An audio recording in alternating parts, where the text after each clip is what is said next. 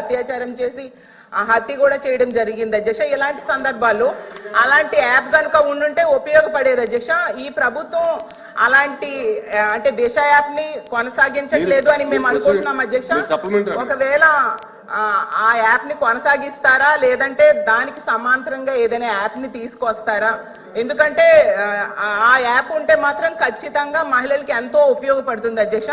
అందుకు మంత్రి గారు దాని మీద సమాధానం చెప్పాల్సిందిగా అడుగుతున్నాను అధ్యక్ష.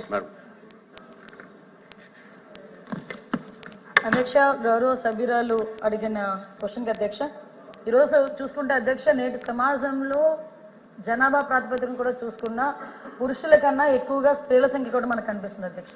ఇటువంటి స్త్రీల సంఖ్య ఎక్కువగా ఉన్న విద్యార్థికులు అయినప్పటికీ కూడా ఎక్కడికైనా బయటకు వెళ్ళి వాళ్ళు ఉద్యోగాలు చేసుకోవాలన్నా, వాళ్ళ పనిలో ముందుకెళ్లాలన్నా, వ్యాపారాలు చేసుకోవాలన్నా కూడా అధ్యక్ష ఎక్కడో ఒక చిన్న ఆటంకం అయితే కనిపిస్తుంది అధ్యక్ష. ఏదో ఒక రకంగా ఎక్కడైనా చిన్న లైంగిక వేధింపులు జరగడం కానీ, వాళ్ళ మీద టార్గెటెడ్గా వాళ్ళని ఇబ్బంది పెట్టడం కానీ, వాళ్ళని హ్యూమిలేట్ చేయడం కానీ, వాళ్ళు ఎదుగుదలని కూడా కొన్ని సందర్భాల్లో సమాజంలో కొంతమంది చూడలేని పరిస్థితులు వాళ్ళని ఇబ్బందులు పెట్టే పరిస్థితులు ఉన్నాయి అధ్యక్ష.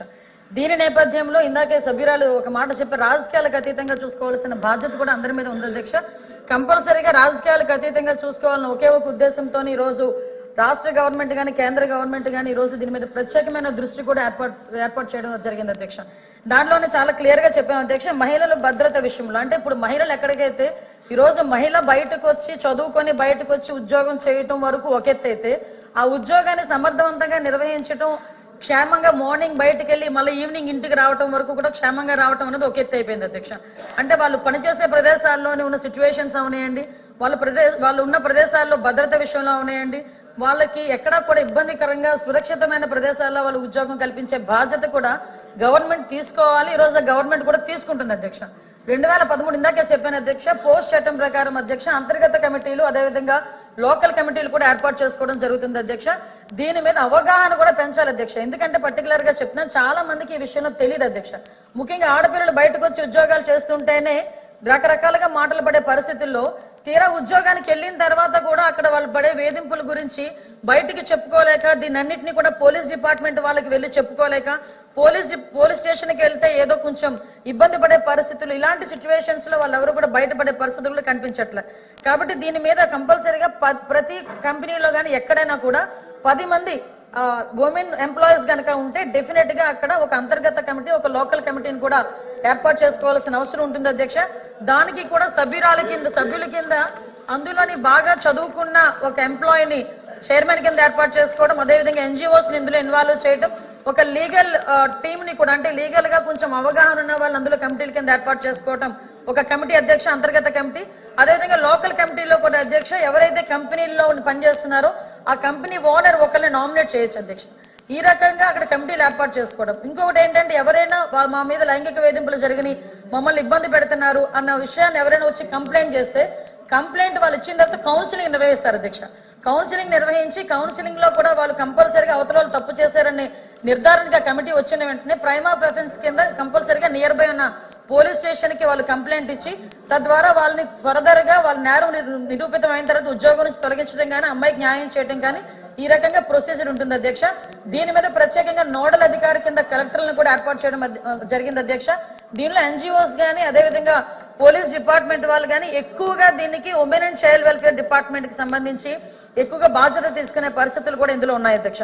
కాకపోతే ఇందాక నేను మాట్లాడేటప్పుడు అధ్యక్ష ఇందులోని చాలా క్లియర్ గా ఫిర్యాదు తీసుకోవడం దగ్గర నుంచి మళ్ళా న్యాయం జరిగేటంత వరకు కూడా, ఫిర్యాదులు తీసుకోవడం దగ్గర నుంచి అధ్యక్ష న్యాయం జరిగేటంత వరకు కూడా పూర్తి బాధ్యతని కూడా ఈ రోజు కమిటీలు తీసుకునే పరిస్థితులు కూడా ఉంటున్నాయి అధ్యక్ష. అయితే ఇందాక మేడం చెప్పారు, అంటే ప్రతిదానికి రాజకీయాలు మాట్లాడాలి అని అనుకుంటే వేరే ప్లాట్ఫామ్, కానీ ఇక్కడ మహిళల భద్రత గురించి అదే వర్క్ చేసే ప్లేసుల్లో మహిళల భద్రత గురించి మాట్లాడారు అధ్యక్ష. లైంగిక వేధింపుల గురించి మాట్లాడారు. ఫస్ట్ ఆఫ్ ఆల్ క్షమించాలి, ఇది ఉమెన్ అండ్ చైల్డ్ వెల్ఫేర్ కి సంబంధించిన క్వశ్చన్ అధ్యక్ష. ఇందాక మా మంత్రి గారు మేము కూడా మాట్లాడుకున్నాం, కాకపోతే నా పేరు మీద క్వశ్చన్ వచ్చింది కాబట్టి ఆన్సర్ చేస్తున్నా. కానీ ఒకటేంటంటే క్వశ్చన్ వేసేటప్పుడు ఏ మంత్రిత్వ శాఖకి వేస్తున్నారో కూడా ఒకసారి చూసుకోవాలి. రెండోది కూడా క్వశ్చన్ కి సంబంధించిన క్వశ్చన్స్ మళ్ళీ అడిగితే బాగుండేది. నిన్న అసెంబ్లీలో జరిగింది మహిళల మీద వేధింపులు, డ్రగ్స్ గాంజా విషయం గురించి మాట్లాడారు అధ్యక్ష. నన్న క్వశ్చన్ డ్రగ్స్ గాంజా గురించి మాట్లాడినప్పుడు గౌరవ సభ్యులు చెప్పిన దానికి నేను అసెంబ్లీలో సమాధానం చెప్పాను అధ్యక్ష. దానికి సంబంధించి క్వశ్చన్ అడిగితే డెఫినెట్ గా ఇక్కడ కూడా సమాధానం చెప్పే స్థాయి మాకు ఉంది అధ్యక్ష. అందులో ఎక్కడ కూడా వెనుకడిగే ప్రసక్తి లేదు. నెక్స్ట్ అడిగారు కాబట్టి కూడా చెప్తున్నాను అధ్యక్ష, దిశ యాప్ గురించి. అసలు అమ్మ మీరేమనుకోవద్దు, మనం అందరం కూడా మహిళలమే. ఒక్కసారి గుండెల మీద చేసుకొని మాట్లాడుకుందాం. దిశ చట్టం అనేది చట్టబద్ధత అయిందా? ఒక్కసారి మీరు ఆలోచించుకోండి. నేనేమి రాజకీయాలు మాట్లాడలే. మీరు రాజకీయాల్లో ఉన్నారు, నేను రాజకీయాల్లో ఉన్నాను. మీరు ఒక మహిళ, నేను ఒక మహిళే. మీరు మహిళల గురించి పోరాడుతున్నారు, నేను మహిళల గురించి పోరాడుతున్నాను. మన గుండెల మీద చేసుకొని మాట్లాడుకుందాం. దిశ చట్టం అనేది చట్టబద్ధత కల్పించారా? దిశ పోలీస్ స్టేషన్ ఏర్పాటు చేశారు, దిశ యాప్ ఏర్పాటు చేశారు, కాదని చెప్పట్లే. మీరు ఏదైతే దిశ యాప్ వల్ల ఫలానా కడియంలోని ఒక మహిళ హత్య చేయబడింది, అది జరిగేదా అని అడిగారు కదా. దయచేసి నాకు అవకాశం ఇవ్వండి. నిజంగా దిశ యాప్ ద్వారా లాస్ట్ లెక్కలు తీద్దాం. దిశ యాప్ ద్వారా ఎంతమంది మహిళలు రక్షింపబడ్డారు ఒకసారి మీరే చెక్ చేసుకోండి. ఆ దిశ యాప్ లో ఎటువంటి శానిటీ లేదు కాబట్టి ఈ రోజు ఆ దిశ యాప్ ని కూడా మేము పక్కన పెట్టి కొత్తగా శక్తి యాప్ అని తీసుకొచ్చి ఆ యాప్ కూడా నెట్వర్క్లు పనిచేయని చోట కూడా మహిళ ఇబ్బంది పడితే ఇమీడియట్ గా యాప్ ద్వారా నియర్ బై పోలీస్ స్టేషన్ కి ఇన్ఫార్మ్ చేయడానికి రూపొందించేటట్టుగా ఈరోజు శక్తి యాప్ ని మేము ఏర్పాటు చేస్తున్నాం. అది ఉమెన్స్ డే రోజు గౌరవ ముఖ్యమంత్రి గారు కూడా శక్తి యాప్ ను కూడా ప్రారంభోత్సవం చేయబోతున్నారని చెప్పడానికి నేను గర్వపడుతున్నాను. నేను నిజంగా పని చేయని వాటి చోట పక్కన పెట్టండి, పని చేసే వాటిని మీరు ఎంకరేజ్ చేయాల్సిన అవసరం ఉంది. లేని దిశా చట్టాన్ని తీసుకొచ్చి 5 సంవత్సరాలు దిశా చట్టం